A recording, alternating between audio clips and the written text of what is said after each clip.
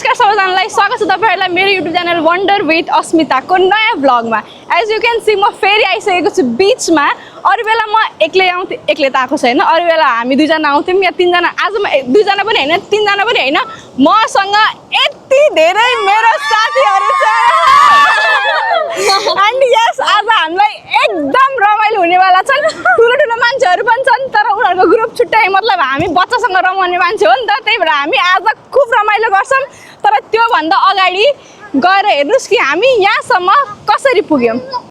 हामी बिहानै 4 बजेतिर उठेर रेडी भयौं अनि त्यसपछि निस्क्यौं सबै ग्रुपलाई भेट्नको लागि। एन्ड देन 4 बजे अँध्यारो नै थियो। त्यसपछि हामीले सबैलाई भेट्यौं अनि हामीले गाडीमा एकदम नै रमाइलो गर्यौं, नाच्ने, गेम्स खेल्ने एन्ड सो अन। यति रमाइलो सायद नै धेरै दिनपछि भएको थियो किनभने हामी ग्रुपमा गइरहेको थियौं and we were really having fun.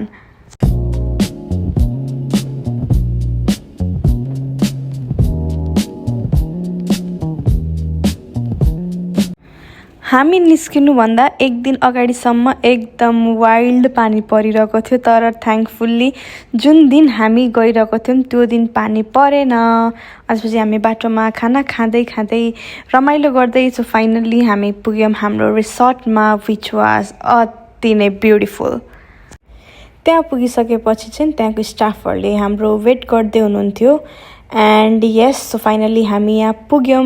And the best thing was त्यहाँ जुन हामीलाई वेलकम ड्रिङ्क सर्भ गर्नुभयो त्यो कप चाहिँ कोकोनट सेल्सले बनाएको थियो, विच वाज रियली अमेजिङ। अनि त्यसपछि हामीले त्यहाँ एकछिन हाम्रो रुमहरू रेडी हुँदै थियो अनि त्यसपछि हामीले त्यहाँ भएको गेम्सहरू खेल्यौँ। अब चाहिँ हामी हाम्रो रुमतिर जाँदैछौँ। कस्तो चर्को घाम छ नि, किड्स जोन छ यहाँनिर, एकछिनपछि आउनुपर्छ। सो अब चाहिँ म रुमको सर्ट टुर दिन्छु है त। Let's go inside.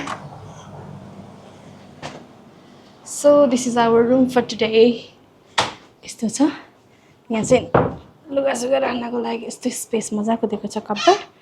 And then यो कोकोनट वाटर कस्तो मजाले बनाएर दिएको छ कि। And this is our bed. Welcome to Scala. And then mirror भनेको एकदम मोस्ट इम्पोर्टेन्ट कुरा हो। ल यसको साइडमा बाथरुम पनि छ। Excuse me mister sir, welcome to my vlog. चेजुबा हैन, थ्याङ्क यू। ओके बाई, धन्यवाद। सो अब चाहिँ हामी चेन्ज गरेर रेडी भइसक्यौँ। अब हामी जाँदैछौँ लन्च गर्न किनभने अति भोक लागिसकेछ। लन्चमा चाहिँ हामीले त्यहाँको लोकल भिलेजर्सहरूले बनाएको खाना खाएको थियौँ जुन चाहिँ एकदम नै मिठो थियो। बिच आइसकेपछि चाहिँ every single time same feeling के, लाइक सुरुमा आउँदाखेरि मान्छे कस्तो समुद्र हेरिसकेपछि एकदम डिफ्रेन्ट लेभलको खुसी हुन्छ नि, हो त्यो मलाई एभ्री सिङ्गल टाइम 4चोटि आऊँ 5चोटि आऊँ जतिचोटि आए पनि त्यो सुरुवाला त्यो एक्सपिरियन्स र खुसी जुन छ नि, मलाई त्यस्तै रमाइलो लाग्छ। ओ माई गड।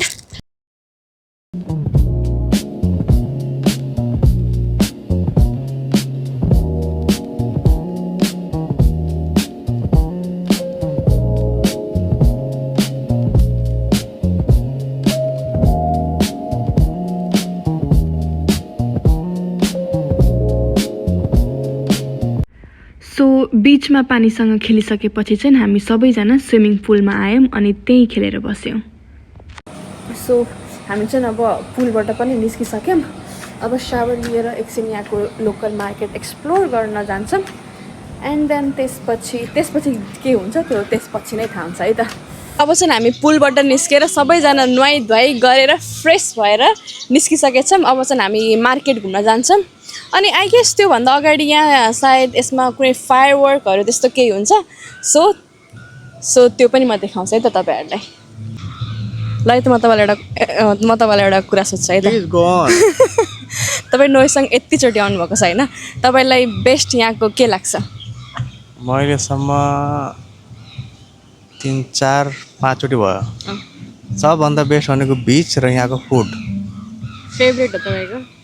यस। यहाँ तपाईँ कति दिनसम्म बस्न सक्नुहुन्छ मेबी अरू विक अर सो ठिक छ अब विक त पाउँदैन अब भोलि वी आर गोइङ ब्याक ल अब एकछिनपछि खाना खान जानुपर्छ त्यसपछि टन्न खानु होला होटे होटे भने के हो ओके ओके भाइ गङ्गा दी तपाईँलाई यहाँ बिच आएर तपाईँलाई कस्तो लागिरहेछ भन्नु त कस्तो रमाइलो लागिरहेको छ नभन्नुहोस् न म्याडम यहाँ आएर त पानी पनि ठुलो ठुलो डर लाग्दो है धेरै पानी मात्रै त्यहाँ डुब्यो भने त लग्छ होला नि कता कता भन्ने डर पनि लाग्यो तर गएर खेल्दाखेरि त यस्तो राम्रो अनुभव मिल्यो पानीमा छमछम आउँछ है नुनिलो पानी पनि रहेछ है ठुलो पानीकै संसार रहेछ यहाँ त हो एकदमै यहाँ चाहिँ अब स्विमिङ नआए पनि होइन पानीमा यसो गइराख्न चाहिँ अति रमाइलो हुन्छ है त्यो छल्को आउँछ होइन छल्कोमा उफ्रिन पनि रमाइलो हुँदो रहेछ होला जम्मै त अझै हेर म त्यहाँतिर के छ हेर्ने केटाकेटी नि बहुत रमाइलो मानेका छन् लक्ष्मी भन यहाँ बिच आएर कस्तो लागिरहेछ भन्नु ल धेरै रङ्ग भयो रमाइलो भयो रमाइलो भयो रमाइलो गर्यो हजुर तिमीले रमाइलो गर्यो हजुर पहिला आफै कि थिएन देखेको छ पार्क कस्तो रमाइलो छ है हजुर ओके ल जाम अब रात परेको छैन अब यता के फायरवर्कहरू के प्रोग्राम हुन्छ गएर हेरौँ है त जति पानी खेल्यो त्यति शीतल है गरम पनि छ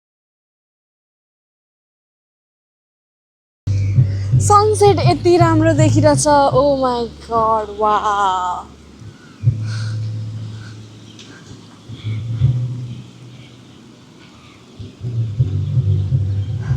कस्तो शान्त देखेको है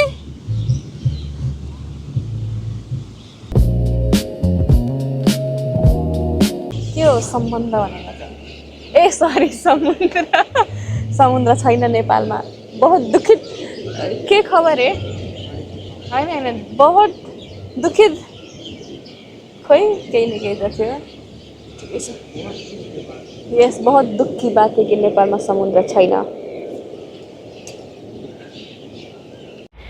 एकछिन बिचमा बसिसकेपछि हामी गयौँ फायरवर्क हेर्न तर त्यहाँनिर यो लाइभ म्युजिक पनि थियो हामीलाई चाहिँ थाहा नै थिएन एन्ड यस तर हामी एकछिन बसेर त्यहाँ इन्जोय गऱ्यौँ फायरवर्क गरेर एकदम मजाको गर्दै थियो यिनीहरूले अनि हामीलाई त डर पनि लागेको थियो बट यस हामीलाई एकदम रमाइलो लाग्यो वी रियली इन्जोय द्याट बच्चाहरू खेलिरहेछन् होइन म सोध्छु है त can I play okay thank you so will you okay okay okay okay okay okay thank you wait wait weight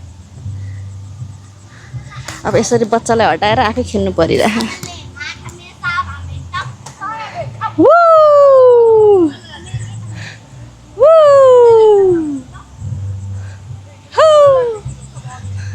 खोइ मलाई चाहिँ पिङ भन्ने बित्तिकै अति नै रमाइलो लाग्छ कि बच्चैदेखि नै पिङ झन् दसैँको पिङ ओ माई गड दसैँको पिङ यस्तो रमाइलो लाग्छ चाचा हुई माथिसम्म जान लास्ट इयर दसैँमा यही थिएँ दसैँको पिङ पनि खेल्न पाइएन अब लेट्स सी यो दसैँमा के हुन्छ यहाँ चाहिँ एकजना टिकटक बनाइरहेछ टिकटक स्टार हो टिकटक स्टार शरम लाग्यो कि लाज लाग्यो दुइटै लाग्यो खै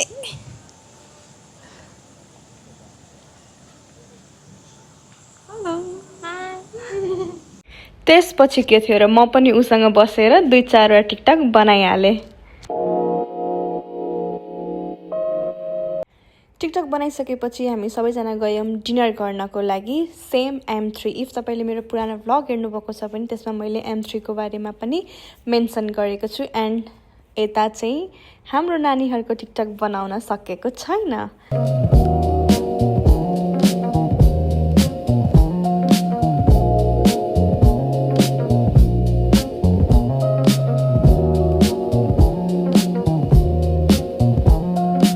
सो डिनर सकिसकेपछि चाहिँ we decided to have more fun त्यही भएर चाहिँ हामीले एउटा गेम खेल्ने सोच्यौँ जसमा चाहिँ सबै इच एन्ड एभ्री सिङ्गल मान्छेले चाहिँ केही न केही पर्फर्म गर्नु नै पर्ने थियो एन्ड यस हामी सबैजना एकदम रमाइलो मानेर पर्फर्म गर्दै थियौँ कोही नाच्दै हुनुहुन्थ्यो कोही गीत गाउँदै हुनुहुन्थ्यो ओ माई गड अति नै रमाइलो भएको थियो यति बेला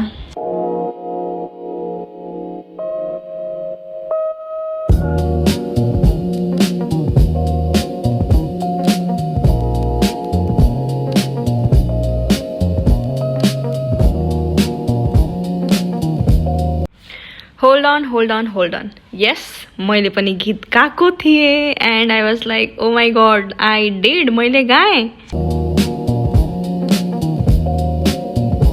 सो इफ तपाईँहरू मेरो च्यानलमा नयाँ हुनुहुन्छ भने मेरो च्यानललाई सब्सक्राइब गरिदिनु होला र भिडियोलाई लाइक र सेयर पनि गरिदिनु होला सो अब चाहिँ हामी हाम्रो रुममा आइसकेको छौँ अनि अलिक बेसी नै लेट भइसकेछ आज दिनभर उफ्रिँदा एकदम we are feeling very tired अबको यसपछि चाहिँ एकैचोटि भोलि बिहान हुन्छ है त